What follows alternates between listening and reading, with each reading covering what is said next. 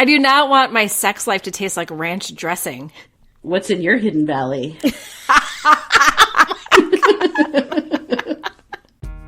Annyeonghaseyo! Welcome to Afternoona Delight, where Leah, Megan, and Amy, romance novelists, and your K-romance guides. So grab some dekboki and listen to your new favorite Ateez.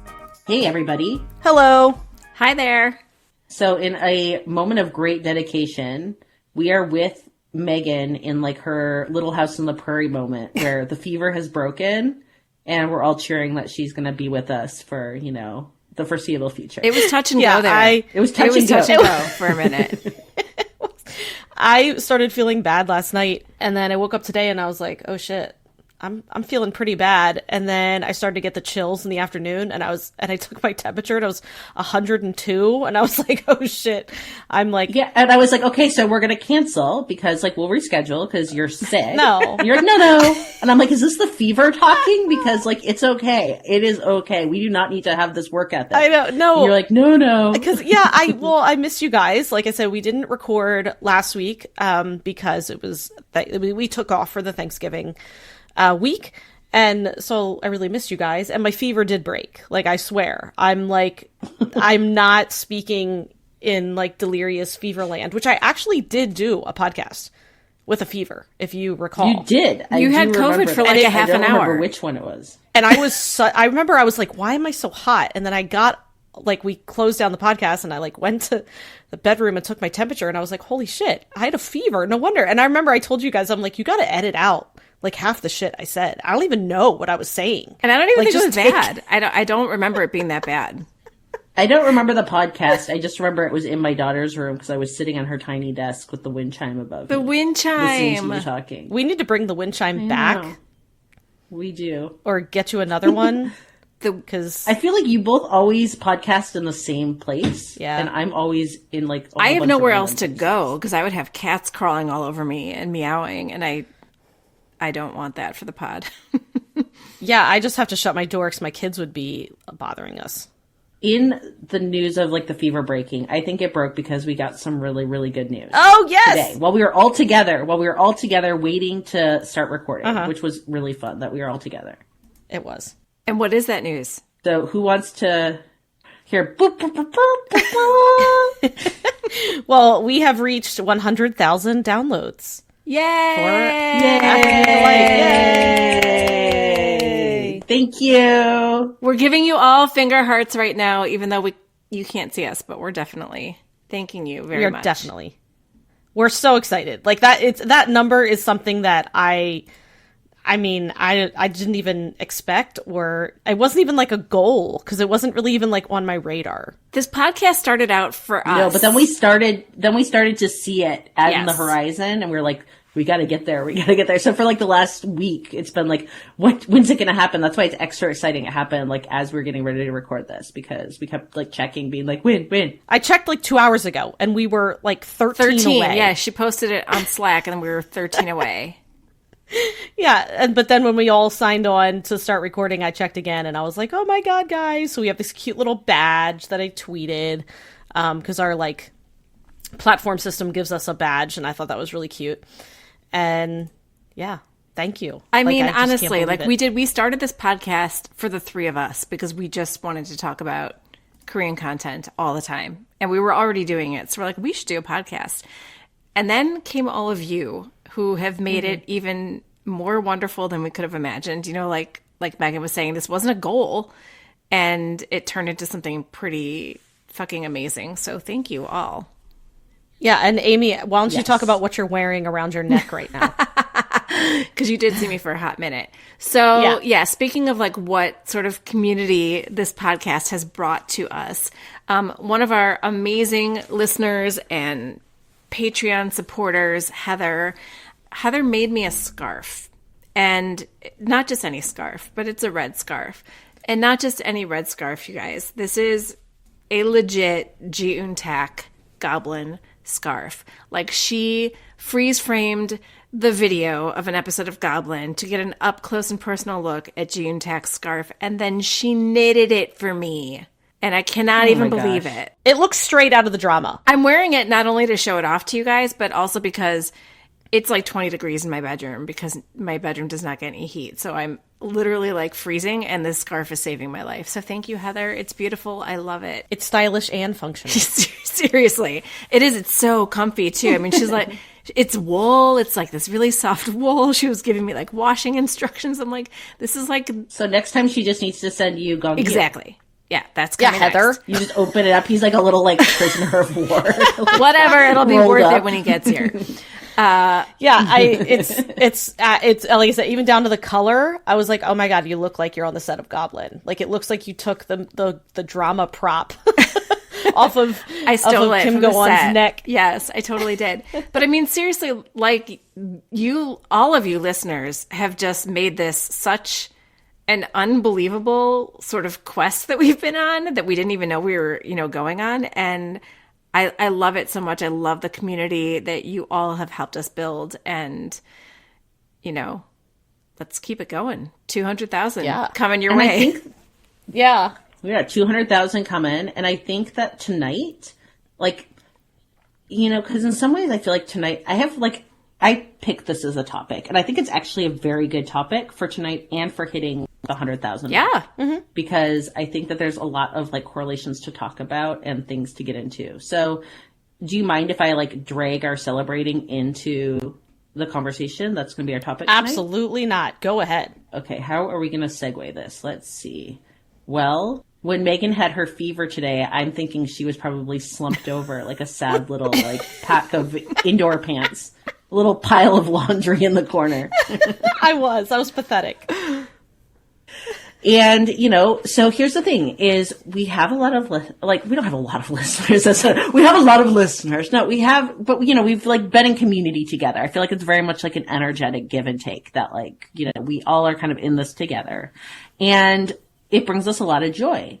But there's like something that I think is a phenomenon that we all hit, and I don't think it gets talked about a lot. And sometimes I wonder if it's because it's like hard to admit or embarrassing, or we don't want to like look like we're, letting the team down or anything. But the fact of the matter is that slumps happen. So in sports and work, and even unfortunately sometimes in K-drama life. And we have had times where the three of us have all experienced moments where a drama we're watching is fizzling out and it just feels like nothing is hooking us. And it's a sad feeling. Like we don't like it. We don't think you like it. If you're listening, that feeling and you're like, ugh. So the thing is, though, is that we want to talk about this with like some positivity here tonight. And so what we're going to do is we're going to chat about our own slumps and offer ways to, I feel like I'm like a 70s sex counselor, offer ways to revive your K-drama watching life. So let's get out of that sad missionary, just pumping in every night. Up and down, not getting you where you need to go. And let's really get to where we're back to like that fun, zesty. Zesty. Zesty. I do not want my sex life to taste like ranch dressing. Zesty? No, like, oh God, gross. Ugh. I know. What's in your hidden valley?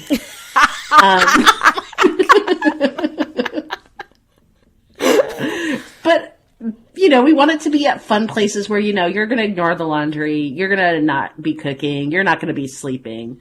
Because, do we want to be healthy with our K-dramas? Not really. Not us. We are all in. So first of all, what can cause a K-drama slump? We're sure there are many reasons, but here are a few of the main culprits that we could come up with. So first of all, our personal lives, like, ugh, right? But maybe we have a major deadline at work that we have to devote our time to, or a busy sports season for our kids. That's me. It's 100% you. Yeah. Or like a family event, or even, heaven forbid, a tragedy.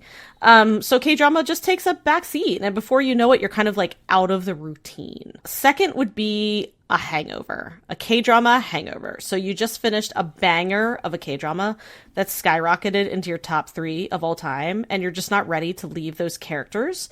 And anything you try to watch pales in comparison. So you just can't really get into anything.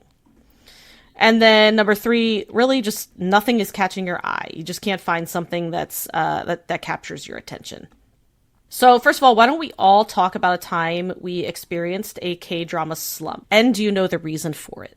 I feel like the last time, and this, it hasn't happened to me often at all. This is not something that happens like all the time, but I feel like the last real time it happened was like a year ago. I think like around this time last year. And I think I was just burnt out on life and work. I was still working in education.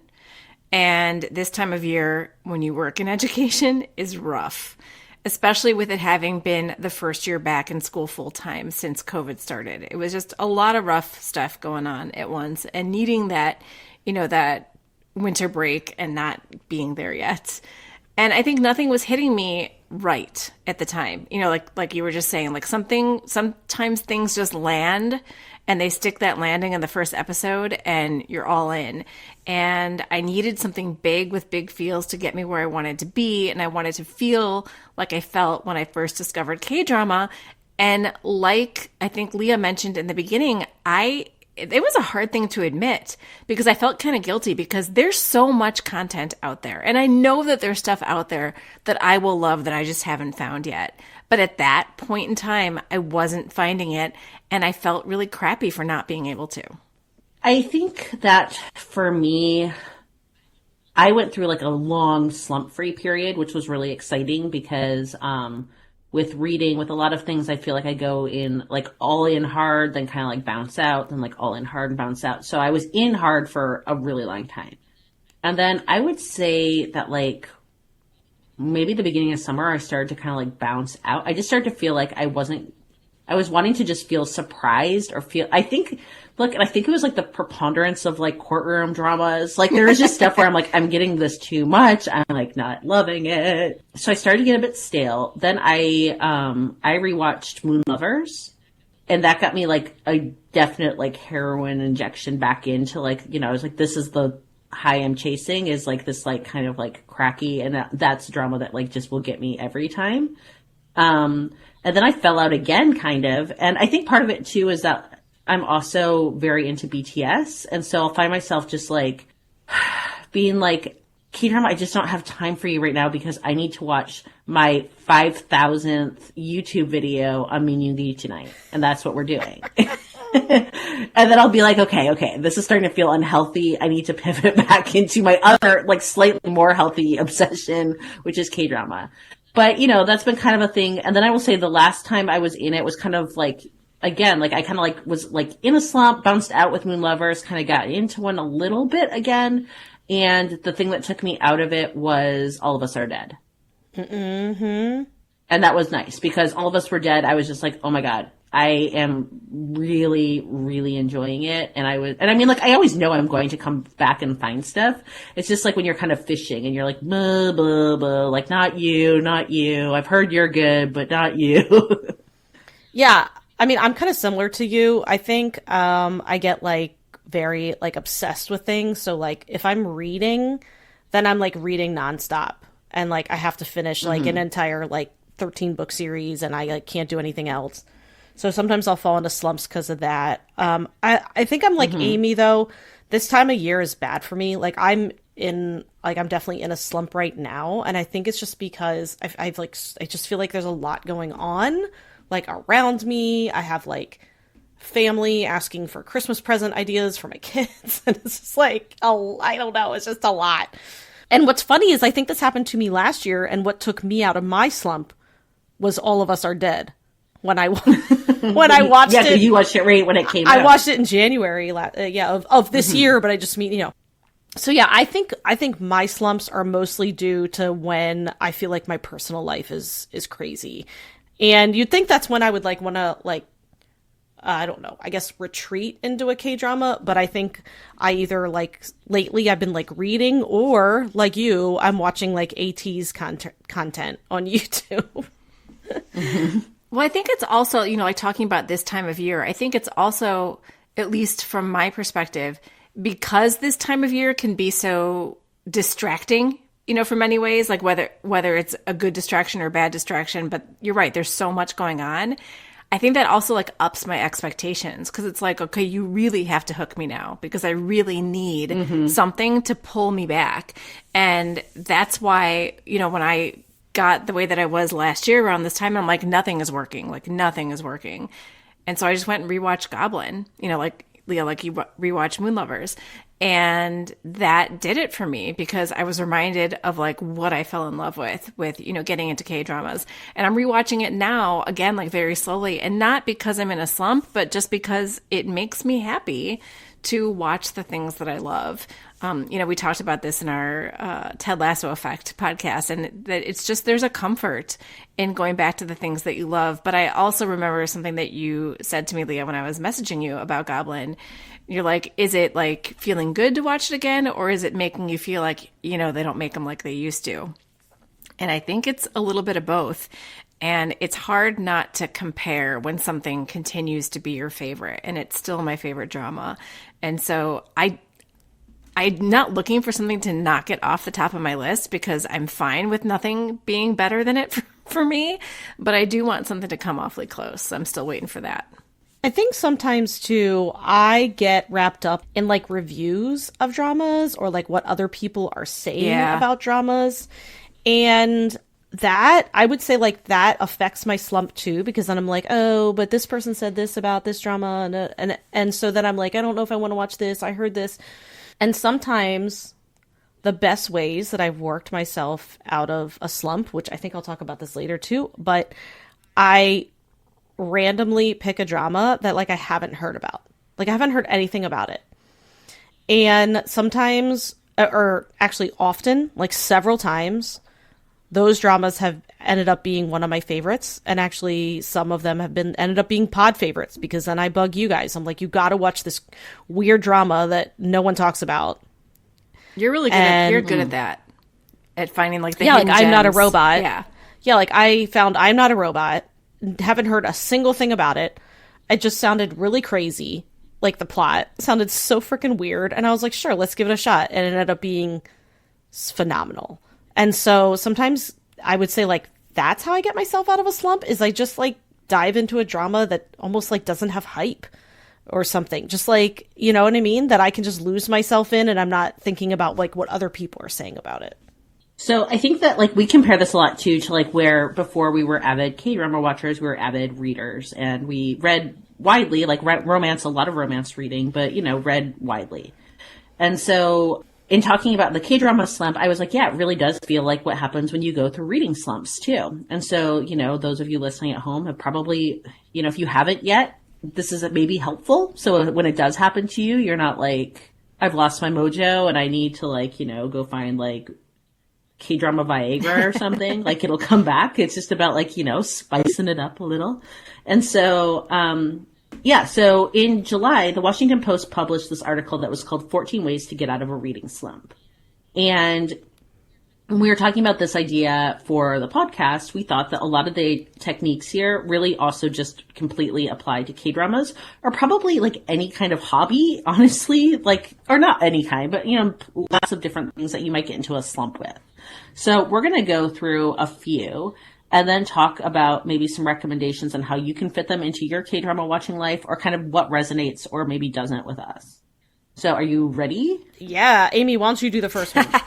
Because, you know, I already have the answer. So one of one of the recommendations is to reread an old favorite, also known as rewatch an old favorite.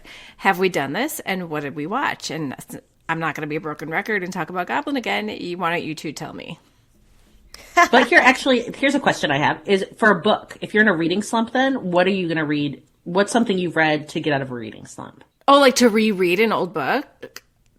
Yeah, because we know Goblin, blah, blah, blah. So give us something like, let's freshen up your question. Sure. You know what? It's funny because my daughter does this. Like my daughter is a really big reader and she's gotten into some of my favorite, like YA books, which is making me really happy. And she's actually just finishing rereading a series that I want to reread when she's done, but I can't because she's doing it on Audible and we share an account. Don't tell anybody. It's The Infernal Devices by Cassandra Clare. Oh yeah. And it is, it's fantasy. It is a little bit of steampunk. It is a fabulous love triangle that gets resolved in one of the best ways I've ever seen. And you can only do love triangle resolutions like this in fantasy. And so that is on my list to read when she's done with it, because we both were like, you know what? We just love this so much. I mean, she loves it to the extent where she has the books on her shelf. She has my copies of the books, but she wanted the new paperback covers, even though she's doing it on audio. And so she asked for that for her birthday and got it as one of her gifts. Aww. Yeah. So that's a fun thing too, That's is to sweet. like, you know, when you get into the rereading with somebody else who loves the same thing. Like Leah, you know, if you're going to talk about what you were rereading and how you got me to read it. Mm-hmm. Yeah, so a series I've reread, I think this was my third one, and it seems to be like a winter one, and that's very on the nose because it's the Winter Night Trilogy by Catherine Arden. And I really love it. I talked about it on the pod a little bit, but it's a trilogy that's set in kind of medieval Russia with like fantasy elements, and there's, you know, house spirits and death gods and a frost demon that it has an exasperated love for a young plucky witch. And yeah, I just think when it's this time of year and it's getting dark, if you're in Australia, the opposite is happening. So I apologize that we're being, you know, Northern Hemispherist. But, you know, this is like the time when it's getting dark. In many places it's snowy and cold. And so, yeah, just thinking of these like deep, dark, like pine woods and like, you know, Russia, and the narration, because I do audio for this series, is really great. It's a really fun, it feels like a very big, fun comfort read. So I just finished it and I've been telling Amy to read it for a long time, and she just read it and she enjoyed it. And it is the perfect book or series for this time of year. It was just starting to get cold when I started reading it, and I loved it. Yeah, I mean, I like rewatching or rereading favorites because I'll skip the painful parts, and maybe like that's other people are like, gasp, how could you? But like I skip the parts I don't like, or because I know what happens. I just want to read like the good, like the action parts of a book or of a drama, or like I rewatched I Am Not a Robot, and I skipped a lot of the like, you know, really like emotionally traumatic scenes, and just got to like the good, like, I don't know, the good romantic parts of it, you know what I mean? And I love it. And it always makes me kind of get back into the routine too, because it's so easy to rewatch an old favorite. Because I think it's part of the problem too. Sometimes I fall out of a routine of like watching a K-drama. So if I can easily slip back into it by rewatching an old favorite, then I'll keep going. And picking your favorite scenes too is a great idea. Like to just watch the stuff that you know you love, and that's going to remind you how much you love it. I've done that with books too. You can even watch the clips on YouTube. Yeah. Oh yeah. I've totally done that. I've done it with books too, where I've just like reread chapters that I love so much. Court of Mist and Fury, I'm looking at you. Me too. Okay, so this next tip is, I think this is one that I tend to do more than a rewatch, and that is the genre switcheroo. So if you're tired of rom-coms, put on Flower of Evil. Tired of high stakes and, you know, blood, then watch A Business Proposal. So just radically shifting gears. I do this both for reading and for drama watching. And I feel like for me, that is, that's probably like my most successful thing to do. So if I look at my reading list for this year, it is just like all over the place, from like Truman Capote's In Cold Blood to, The Love Hypothesis, which was like a cute rom-com, to, you know, like the medieval fantasy, to Ghost Empire, which was a nonfiction on the Byzantine Empire, to like a book called Zealot on Jesus, to a book called Stiff on Corpses. Like I just kind of bounced around. I've read Stiff. So did you like it? I loved it. Yeah, I'm always fascinated with like death stuff. Another one that I really enjoy if you're into like the macabre is Smoke Gets in Your Eyes. I don't know that one. Did you ever read that? I was flogging that for a while. It's a very good audio. Okay, cool. It's about a woman who, she's founded a thing now called The Good Death, and she's kind of like proponents of like death doulas, how there's like birth doulas being like a death doula. But she got a job in her start working, in like crematoriums and like the undertaking business. And so she was like, really got like into that field. And it was so Smoke Gets in Your Eyes is like her experience working in a crematorium. Oh, wow. And it was fascinating. And it's a good, like, sense of humor. It's poignant. It doesn't feel like it's, like, exploitative of the people she talks about. She just has a lot of respect for death. And is kind of like, most of the people I deal with aren't aware of the world of death, even though it's happening all the time, because we are so siloed from death in our society. And so you kind of, like, step into the space and you're just like, what is this, like, death land? And, like, you know, I don't know. So she was all about, like, demystifying it, and I appreciated that. That was not where I was expecting to take this conversation, so I'll bring it back. That's all right. That's all right, because I think changing genres is a really great idea, and I actually find it easier to do with books than I do with dramas. With dramas, I feel like I need somebody to push me, like, out of my comfort zone a little bit.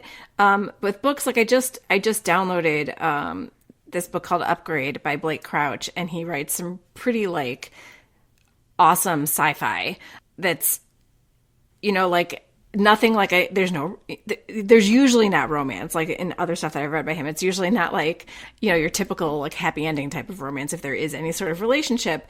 And I like psychological thrillers. I like murder mysteries. Like, I've been finding myself going more and more out of my comfort zone with books, with switching genres, or at least, you know, climbing out of my comfort zone a little bit with dramas.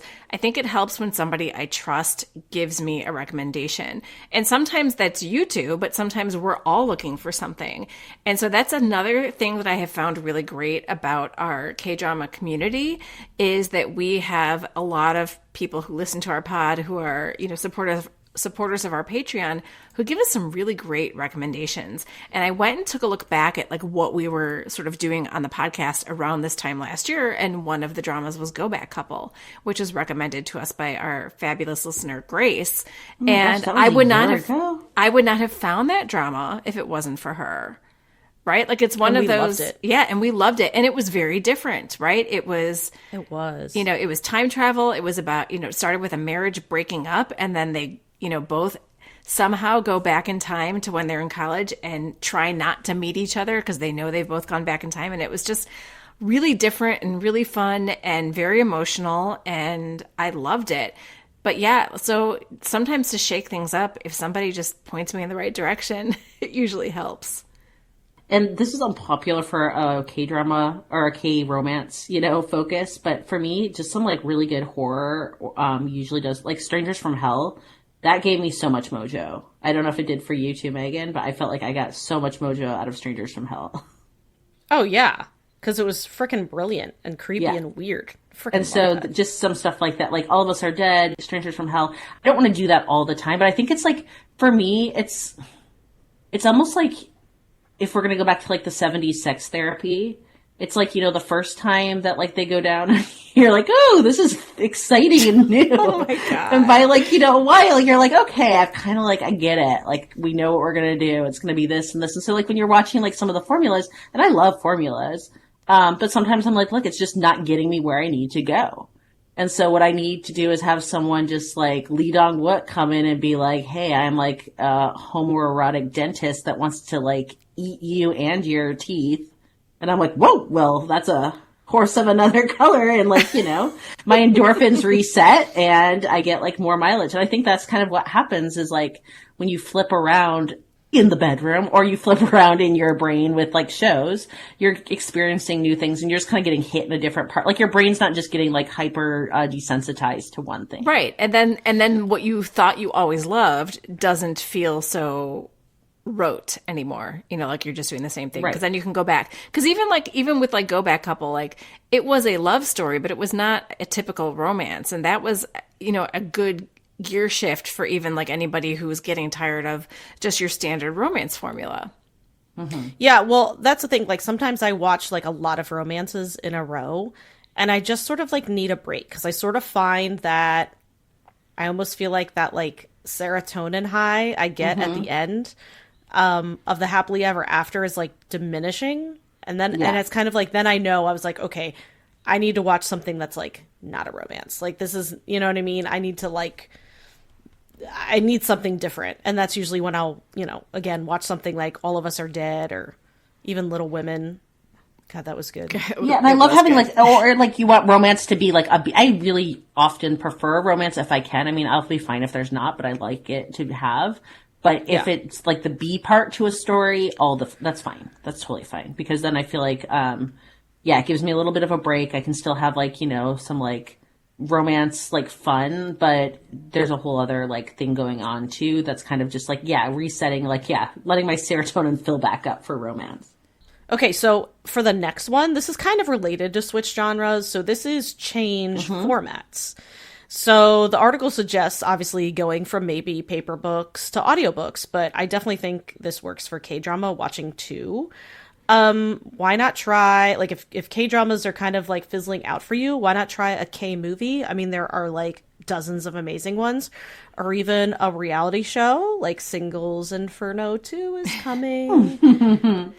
And another thing too, like sometimes I'll take a break and I'll go watch like a Thai BL, or even like a J drama or a C drama, because they are different. They're very, very different, but it kind of can like get you out of a rut, I think. Yeah, so let me jump in and speak to that because that is a huge thing for me, especially Thai BLs. So, Thai BLs, it basically stands for boy love, but they're male dramas that Thailand has been just since like 2018-ish, really like getting into and kind of just like perfecting the genre. And they're really, they're very different. We're having a snack that may already be out. The snack will probably be out by the time this comes out, where one of our listeners and one of the hosts for Afternoona Army, the BTS podcast, and I talked about a Thai BL we really liked. But I would say that like there are some very sweet ones for sure. But there is a lot of, what I've been experiencing, there's a lot more heat. And this is not to say because I feel like sometimes I'll see in reviews or something like, you just want sex and all your Korean things. And I'm like, no, I very much do not. Like, Mr. Sunshine had nary a kiss and is in like, my very top, like, top 1 to 3 dramas. So don't come at me that I need to have like sex to enjoy things. But sometimes it's nice, especially like when we're trying to change things up, to have, I'm all about emotional connections. And if you can bring sex into an emotional connection and have it be something interesting, I think the candid exploration of just kind of like bodies doing body things in Thai BL right now, like I feel like that's really having a moment where they're just kind of normalizing. It's not like they just like even get hot and then it's like, woo, and it fades to black. They're kind of like, and now we need like a towel to clean up our mess. And, I don't know. It's like builds relationships and togetherness. And it's something that I don't see very often. So it's got me like curious and interested, which is good for, again, getting out of slumps. Yeah. Well, listen to our podcast about Kin Porsche if you haven't. That was a very fun podcast. But, even like with Kin Porsche, like they did like silly things in bed with each other. Oh my God, the hotboxing? Yeah, the hotboxing, or he like never over it. Porsche crawled toward Kin with a bread in his mouth because they have a big bread sponsor. And oh my God, they got dirty with bread. But it was so cute because he like crawled and then they like both bit the bread. It was like a Lady and the Tramp moment. But it was just it's a little bit of a different thing that you get from K-dramas, and it's not better or worse. It's just different. So sometimes it's nice to watch something like that. Like I said, maybe it can kind of like take you out of a slump because it just gives you some alternative to watch. So speaking of Singles Inferno 2, I was not necessarily on board because I'm not a reality TV show person. And you both tried to sell me on the first Singles Inferno, and I was not having it. However, I noticed something about the upcoming new Singles Inferno that neither of you noticed, and that is that one of the hosts of Singles Inferno, she was the host of the first one, and she'll be one of the hosts of the second one as well, is Lee Da-hee, who is the female lead in Love is for Suckers, a currently running drama that will end this week, the week that we're recording it, because it's November 30th right now. So Lee Da-hee is one of the hosts of Singles Inferno, and she is the female lead of Love is for Suckers, which is a drama about a dating reality show. So that has kind of drawn me into changing up my format a little bit. And I think it's I liked Love is for Suckers when I started.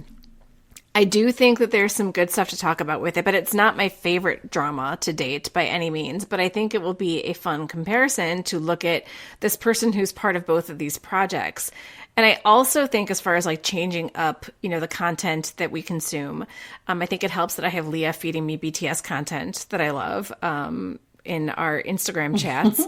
But that also, it's what got me to watch In the Soup, Friendcation, and I loved it. And watching that is what got me to start watching, and I still have to get back to, because it's just kind of fallen off my schedule right now, is Warang with, most of our friends from Friendcation in that drama. So yeah, I think format can help a lot to change things up, but also help you to find things that you like in dramas that you weren't necessarily looking for. Like, I don't usually go looking for historicals, and I went to Hwarang because of who was in it, and I'm enjoying it. So you never know.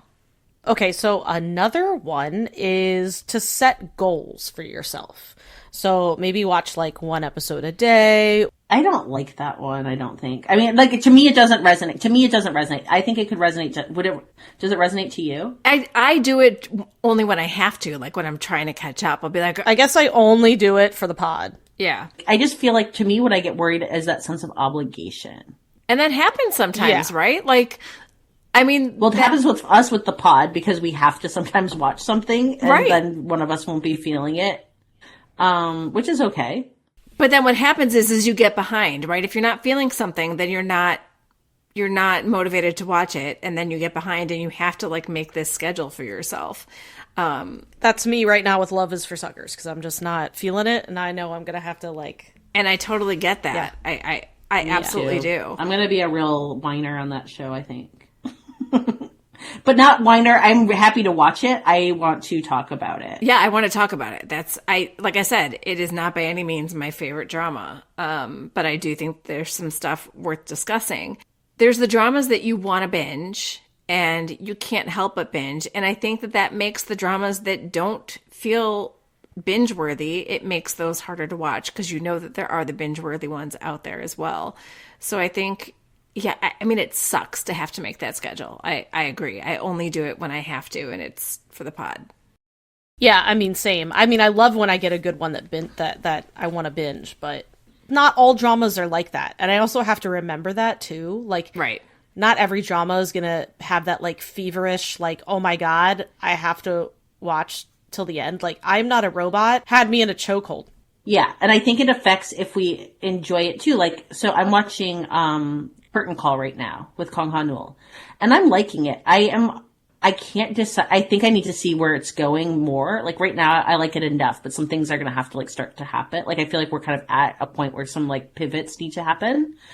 But if I sat down and just watched it, boom, boom, boom, boom, I don't think I would enjoy it as much as I am right now watching it like once a week or like 2 episodes a week. Yeah, I feel like that's the way I would have been with Cafe Minimum Dong. Yeah, and I talked about that. It was because I watched that one live that it was more enjoyable for me, because I wasn't binging it, because it's not a drama to binge. No. Yeah, because this one's like family dynamics and grannies, and like I can't just sit and binge like Granny's feelings about her past. Like, just like, fuck yeah, like settle up. I do think that I feel like Tomorrow was like that too. I didn't want to binge Tomorrow because it was like vignetted episodes, I think I just made that could have if I had to, though. Adjective. Like, I wouldn't have been mad if I had to for that one, because I did love Tomorrow. True. But I do think that there's something to be said for having watched live dramas, and that has been what I've been doing recently, and it's been a different experience, but I think it's been a pleasant experience in that even if I wanted to binge, I can't. And so I don't feel that obligation there of like, oh my God, I have to finish it type of thing. And so even if I'm not, loving it, like Love is for Suckers, that I'm enjoying watching the 2 a week that I've been watching enough that I want to talk about it and not, and compare it with, with Singles Inferno. I can't wait. So another suggestion, which I do think this really applies to K-dramas, is start small, which I think this is great. I think if you're in a slump, pick a K-drama that's like a short one, like 8 episodes, or 12, because it overall feels less daunting. Like there are some K-dramas that have like 20 episodes. And you look at that and you're like, oh my God. 20 episodes that are 20? like 90 minutes plus. Yeah, like that is really daunting. That is. And sometimes you're like, I don't know if I'm like ready to like engage emotionally. And commit. And and commit to that. Like that's a lot. So there's tons of dramas that are short and are fantastic. Like I actually like some of the shorter dramas. You still need to watch My Holo Love. My Holo Love. Leah and I did Little that Women was short way early on, and we loved it because it's not only is it short. Was it 12? I think it was like 10 or 12. It was 12, but they weren't full hours either. Like they were like just under an hour. Yeah. So and like Little Women wasn't really long. All of Us Are Dead isn't long. Like there's a lot of shorter ones, and if we're talking about Thai BLs, a lot of them are short. Oh yeah, My Name was like 8 episodes. Wasn't it? It was really short. So, I do think that that's like, that's a great way to just, again, because I get it. Sometimes I look at these long dramas and I'm like, I don't know. Well, and sometimes there are dramas that are really good, but really should not have been 16 episodes. And that's what made them harder to binge. Whereas when you compact a drama into 8 to 12 episodes, you know that the writing's probably going to be a lot tighter because it's shorter and they're telling the story, in a shorter amount of time. And I find that I don't have as many quibbles about plot with the shorter dramas as I do sometimes with the longer ones. Yeah, like Little Women was like boom, boom, boom, boom, boom. Like there was stuff happening. There was no downtime. And it was the writing crazy. Yeah. In the best way possible. Like it was the makjang to end all makjang. Like so good. It was. So the next one I mentioned, I like this one. It's Let Luck Guide You, which is like basically just start watching the first thing that catches your eye. And I would say like this is my jam. Like this is what I like to do. I like to scroll through like my drama list and just like let my eyes catch on posters or drama descriptions. That was how I found both Into the Ring and I'm Not a Robot, which are podcast favorites. So sometimes it's kind of just like not about overthinking. You know what I mean? Like, just kind of maybe pick something on a whim and just, like, dive into it. And I think sometimes you can be surprised. I've never done such a it. Yoda, and I'm so impressed with your Yoda ability to be like, I'm gonna vibe on this vibe, and I want to try it now. Like, I've never just, like, been like, I'm just gonna, like, roll the roulette wheel, look for something I don't really know anything about, and be like, you. I usually hear something, and then that, like, I'll hear somebody sold me on some element, and I'm like, yes, I'm in. So Into the Ring, when I started watching it, I thought it was going to be a boxing drama. And I was like, well, when does the boxing start? And it is absolutely Do you not even read the description when you start? I think I read the description, but I was still like, it's called Into the Ring. So like someone boxes, right? Like because sometimes the My Drama List descriptions are translated, so they're not like super clear. And so I don't know. I just like, but then I ended up, because by the way, if you haven't watched Into the Ring, it's also called Memorials, but it's like about local politics and like there's zero boxing, zero. Yeah, there's zero boxing, and it sounds like like why do I want to watch like local election, small town government, but it was so good. Like it is, or not such small a good town drama. government, just small government. It's not small town. Yeah, I apologize. Yeah. But and then I was like, guys, you got to watch this. I know it sounds crazy. Trust me. And you guys were both like, holy crap, this drama was so like, because if you write good enough characters and you have good actors to play them, you can have a smaller, quieter story and still have a big impact with it. I would say that was Into the Ring for sure, right? Yeah. Because the characters were just so compelling, had great motivations, and that was what made it so good. Ugh. Man, I mean, I want to rewatch it now. The golf ball scene. Oh, that's so good. So we did cover this drama, obviously, in a pod, so you can go listen to it. Go back and listen to it. Yeah, because it's great. All right. Well, what about joining a book club? That was a recommendation. Yeah. So what should people do to join, I don't know, some sort of K-drama club? Any suggestions? I mean, we have a pretty little fun Patreon. That would be a perfect K-drama club for you to join. Is this a shameless promo? Yes, it is. But it's because we think it's amazing and our Patreons are amazing. We have good discussions. Bonus content. Bonus content. So we do a live K-drama support group. Thank you. Why can't I talk? And it's so much fun to talk to everyone. And we just like dish on K-dramas and what we're watching and what we're into. And it's a blast. Every single month I have such a good time.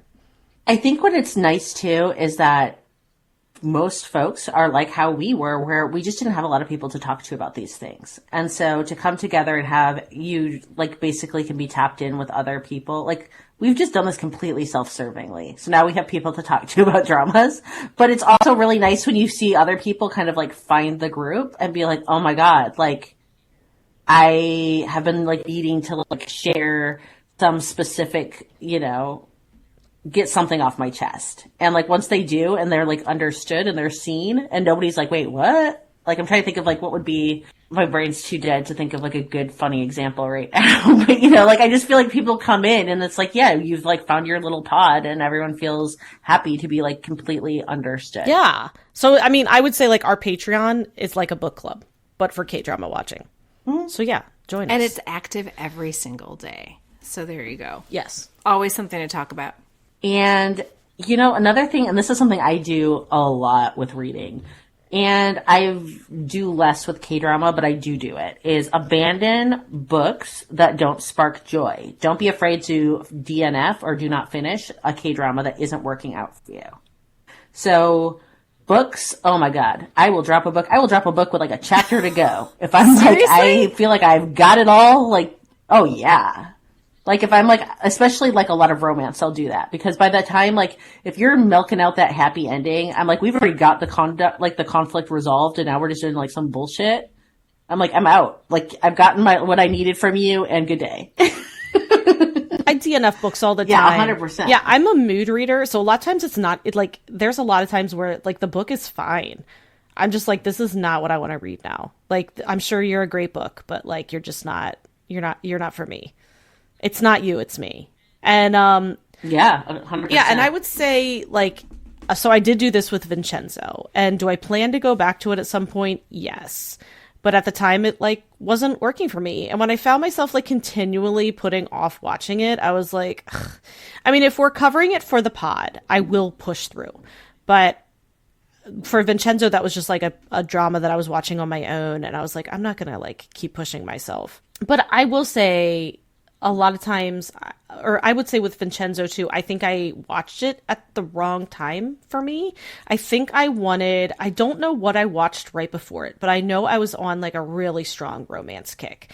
And so I thought Vincenzo was going to be this like dark mafioso who like falls in love. And it's just like, that's not the type of drama it is. And I think I was projecting, you know what I mean? It happens. So I might, so I might try to go back to it. But I really do think it was like, at the time, I wanted it to be something it wasn't, which is not fair to Vincenzo.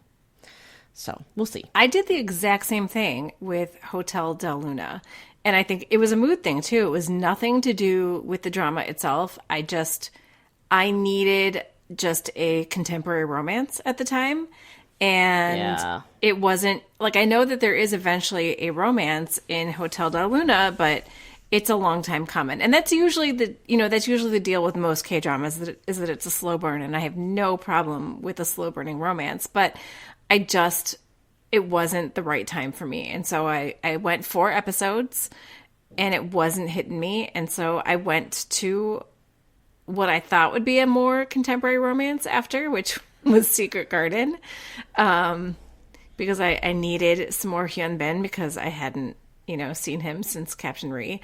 And it was a fun drama. It was fun to go back and watch, an older classic drama. And there was a romance. It wasn't the perfect romance that I was looking for, but it was a quicker romance and then a body swap romance. And it was, it kept my interest. But yeah, same thing. I do plan to go back to Hotel Del Luna. It just hasn't hit me at the right time. Mm-hmm. Oh, I just just thought of something when we were talking about short dramas. Yeah. The Kiss Goblin. Oh, yeah. Just FYI, If you need something short, like super short and very sweet, oh my God, so short but very, very sweet, try the Kiss Goblin. Okay, now we can loved keep going. that.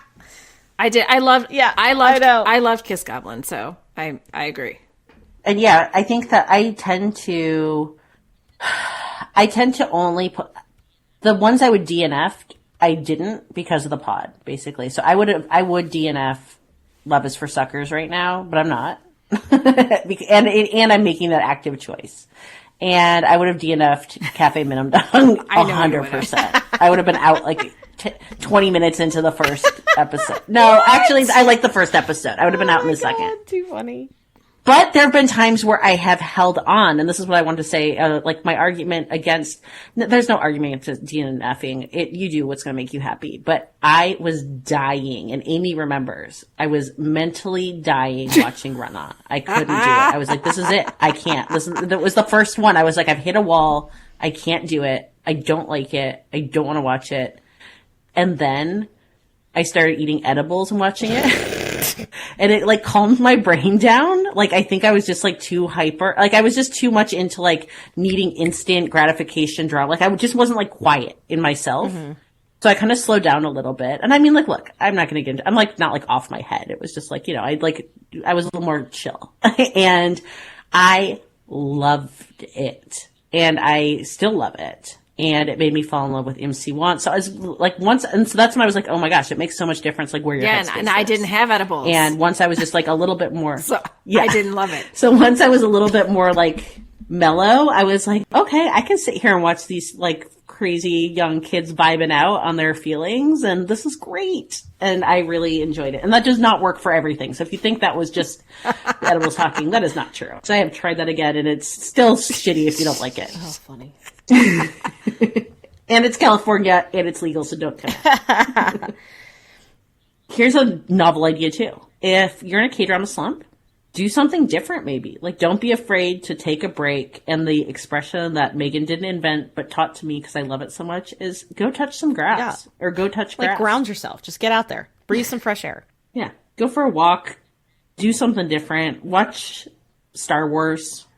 I do think that because I have teen kids who like love movies and television, that I get a good balance of Western and you know, Eastern content, which I think helps me always want to come back to K-dramas. Like my daughter has no interest in dramas, which makes me so sad. My son though will watch the occasional movie or drama if there are zombies in it, like Train to Busan and All of Us Are Dead. And I just asked him, I'm like, are you going to watch season 2 of All of Us Are Dead with me? He's like, yeah, like not even a hesitation. But I love it. Yeah. But for the most part, like I think my kids help me like have my content balance. Like we watched Ted Lasso and Schitt's Creek and The Office and Stranger Things and Lock and Key and Severance. And, you know, basically they help me want to watch dramas more because while I love everything that we watch together, like nothing in Western television is quite like a K-drama. And this is not to say that we don't get outside and do shit. Like I'm just saying that, you know, the content that I consume with them, I think helps balance me out and it makes me want to watch K-dramas more. Yeah, no, I think that makes perfect sense. So I think also just have faith. Like it's your love's going to return. You just need to find the special one that makes you feel like you again. Yeah, like I think like when I first started watching K-dramas, I was like, oh my God, I'm classic for like becoming fully invested in something and then just like abandoning it. Like the amount of like, yes, the amount of like times I've like dove into like a craft, like Supernatural, and bought everything I could. Yeah, and like bought everything I could and then just like abandon it. Like that's just classic me. How's macrame going? I was like, oh my God, is this gonna happen with K-dramas? But it's like I know I'm gonna always come back. Like I know it. Yes, and we've now built a pod to force us into it. Well, that's another thing. No, I'm kidding. But it's no, it's true. I think that I tend to like cycle through things, but it is nice that there are quite a few different types of things to watch within Korean entertainment. And sometimes you just bounce out and you're like, do like Megan and be like, I'm not fucking feeling it this week. Okay, I'm gonna sit here and watch Yoongi eat a piece of chicken. I was just going to say, I do think not just that we have the pod, but that we have found this community in the podcast and in watching K-dramas. I think that helps keep us sort of grounded in wanting to continue with the content, because we have found this like whole world of like people and friendships and, you know, that we wouldn't have otherwise. And there have been times where I have wondered, like, what if we just stopped liking this? But I'm not there yet, and I don't want to get to that point. Like, I think that there's enough content out there and enough fun in the community, in this, you know, hugely welcoming, inclusive community of K-drama lovers, that I don't think that I'm going to lose my interest. There's new content all the time. Right. And it's only getting better. Amazing premises. Don't we have one where someone turns into a chicken nugget coming up or something next year? I mean, it's like, yeah, that is going to be, I am taking a chicken nugget. Yeah. What? It's, yes. The heroine becomes a piece of fried chicken. Yes. Yes. That's all I know. And I was like, okay, you sold me. That's all you had to tell me. Yeah. It's nuts. And so I'm sorry, if you're going to keep coming out with content like that, like, that's always going to hook me. Because again, I love like bananas. I love being surprised. Yeah. That's the thing, is I like being surprised too. I don't know if I like bananas I don't mind bananas either. I am open for anything as long as it's not fucking slapstick. Yeah, I know you don't. Yeah. So cafe madam tong. But if we cannot do slapstick, if we cannot do long courtroom procedurals, I'm in. And if you're going to be a chicken nugget, I have a lot of questions. I have so many questions. Some of the drama's premises for next year are wild, and I can't wait. Does somebody eat her? Well, and I just think about the writers. I don't know. I don't know. And then she just lives inside them, absorbed into their. No, I don't know. And I mean, it's a piece of fried chicken. So I'm also like, I mean, it has to make more sense. So I'm also like, a piece of fried chicken does not stay fresh and tasty. No, so for like 16 episodes. I'm not keeping like a fried chicken leg on my shelf until my girlfriend turns back to normal. Like, it's like moldy by episode 15. I'm going to cut my losses. It's like rancid. And how did she get into, because a chicken wing was once the body of a chicken. Yeah. So it's not like it's like, you know, another entity. Like, you were transformed into a piece of dead flesh of another animal. Yeah. Surprise. That's like the worst big episode ever. Oh my God. And you know who's always going to bring me out of a slump? Let me tell you this. My favorite actors and actresses. Yes. That is another thing. You know, I suffered through The Sound of Magic for Ji Chang-wook. And you know what? I would do it. Oh, God, that was horrific. It was, but I would do it again for him. So. No, I would not. I couldn't stop watching that because I needed to know what the hell was happening. Me too, even though, like... No, I know my love has limits because of The Silent Sea with Gong Yu and the Pirates debacle with Kang Ha-neul. I know my heart... I'm not a forgiving God. Right, but you know, you're like, usually going to give them a chance. You're usually going to try them. Yeah, oh yeah, they can win it again, but I will give them a thumbs down. Kang Ha-neul committed so hard to that part that he got a perm.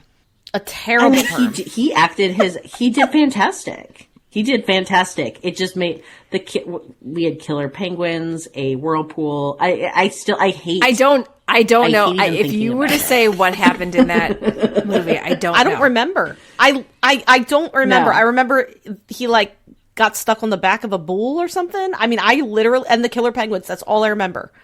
I don't remember anything. I hate it. No. My brain was like, this is ridiculous. And like, we're like, we like him, but like, just go rewatch stuff that you like him in then. Don't do this. No more. Like, buddy, let's be choosier. Ugh. Hated it. Yeah. So that's the thing is sometimes, taking a fave, putting them into something sucky. Like Silent Sea really threw me for a loop. That's the other thing we didn't talk about is what happens when something you're so hyped on and then you're like, WTF was this? That can send you into a slump as well. That is a very good point. Because after I watched The Silent Sea, I was just like, ugh. Like now I'm just like, I don't even want to watch anything. Yeah. I know. I've been like counting down. We even did like what we never do, which is like a first episode, like, woo, like we're going to even just do like the first episode because we're so excited. I'm sad just thinking about that drama. I know. Oh my God. Yeah, the light in my heart's going off like the light in Gong Yu's spacesuit.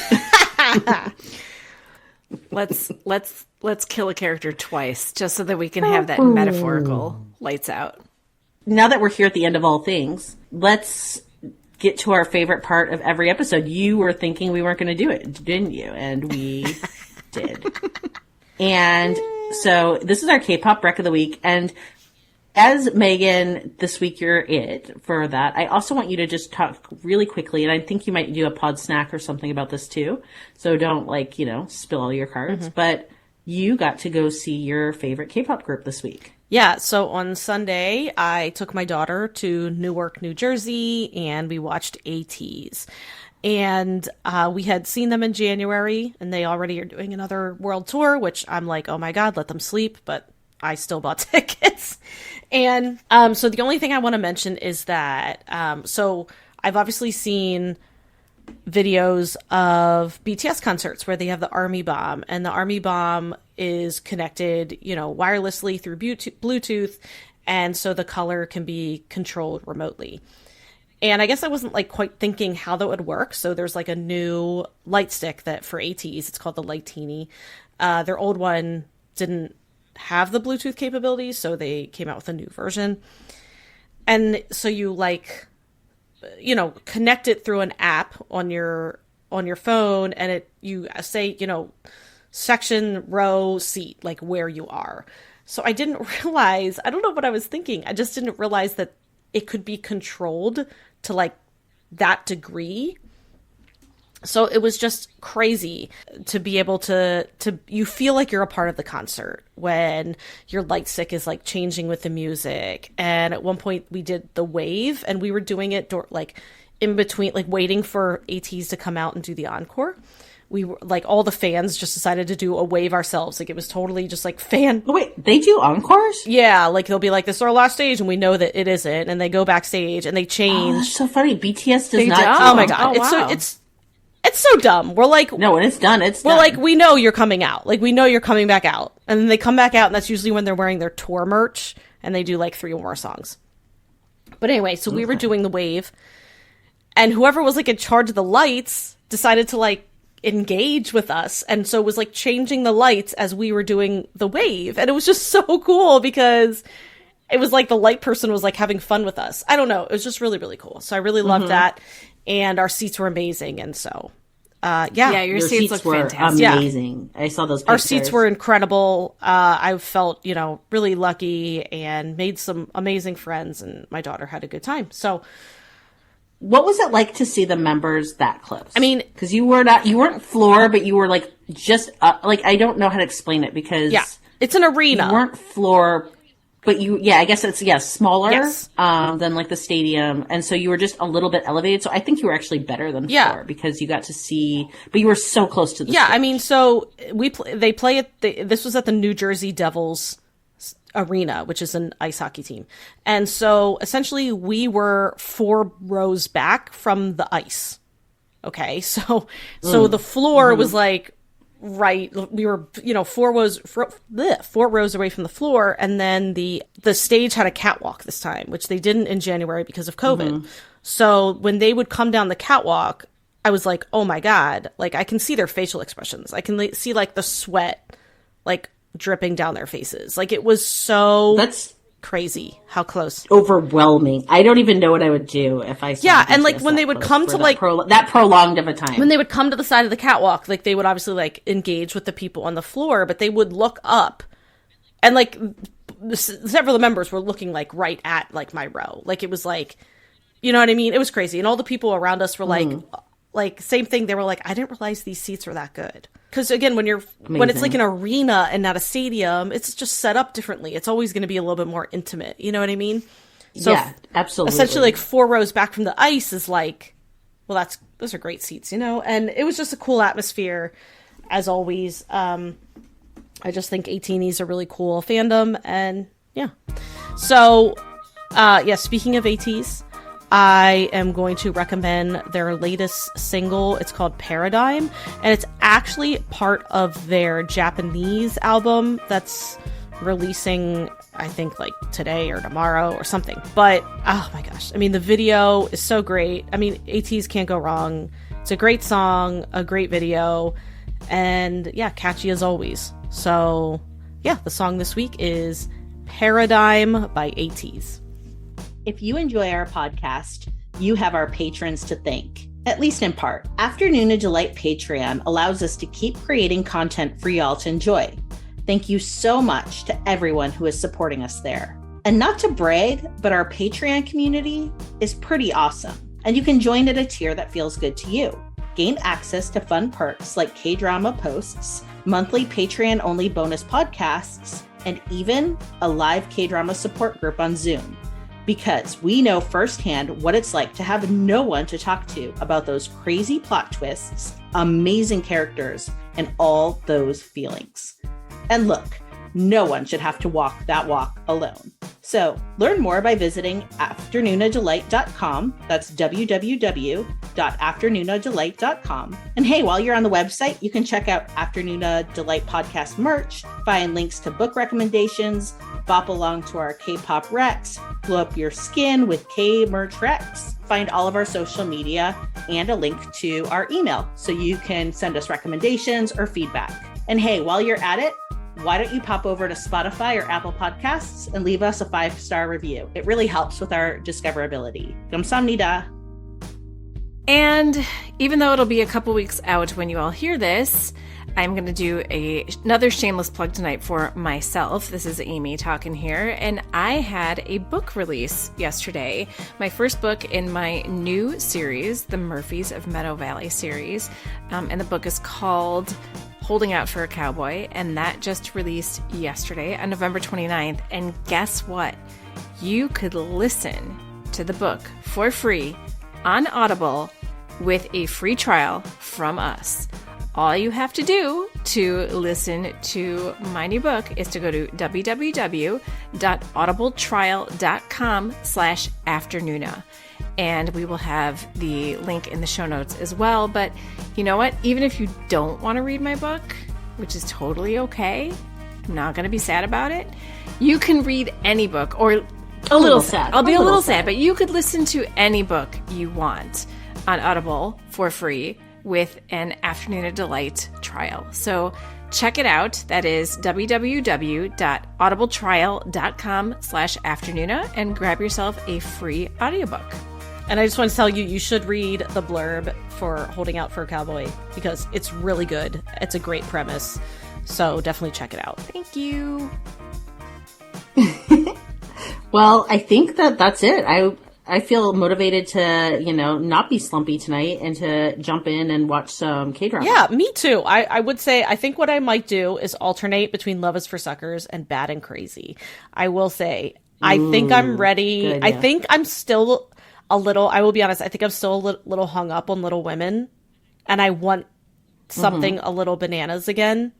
And I think Bad and Crazy is going to fit that bill. So maybe I'll be alternating. Yeah.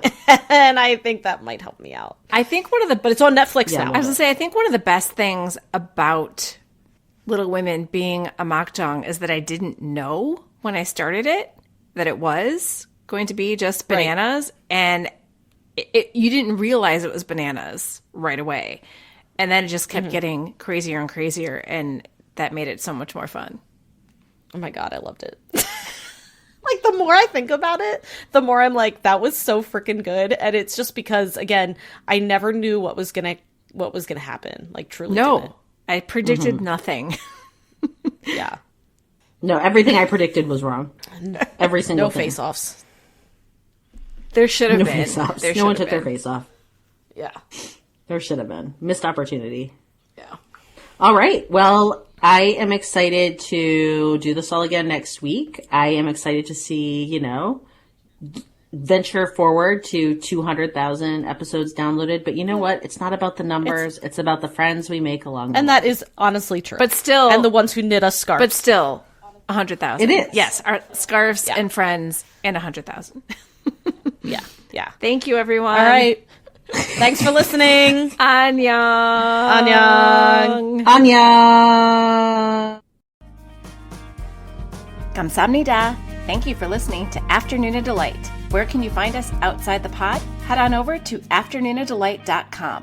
That's AFTERNOONADELIGHT.com. You'll find links to all our social media, our book recs, K-pop and K-skincare recs, and if you want even more Afternoona Delight, because really who doesn't, you can join our Patreon, where you can choose the patron level that's right for you. Join in daily K-drama conversations, listen to bonus podcast episodes just for patrons, and participate in our monthly live K-drama support group via Zoom. We can't wait for you to be a part of the community. Until next time, annyeong!